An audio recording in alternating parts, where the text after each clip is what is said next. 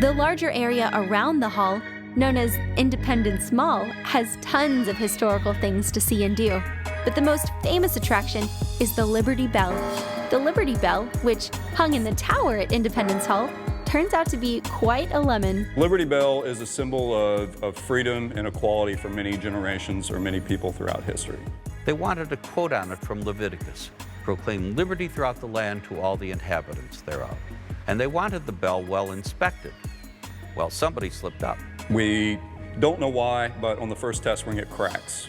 And we can assume that that's probably from some kind of flaw in the metals. So when it cracks, we have this large bell that's given to two local gentlemen, blacksmiths, John Pass, John Stowe. They're given the task of remaking this bell. And the biggest thing they'd made was a 36-pound cooking kettle. So they melted down 2,000 pounds of metal, recast it, and it just sounded awful. February 22nd, 1846, George Washington's birthday.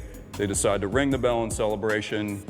It sounds really bad. It's got a terrible, when they go to look at it, it's got a crack in it, jagged crack that goes all the way up to the top. When you look at the Liberty Bell, you think you're seeing the crack, but you're seeing the repair. When it cracked, it was a hairline crack.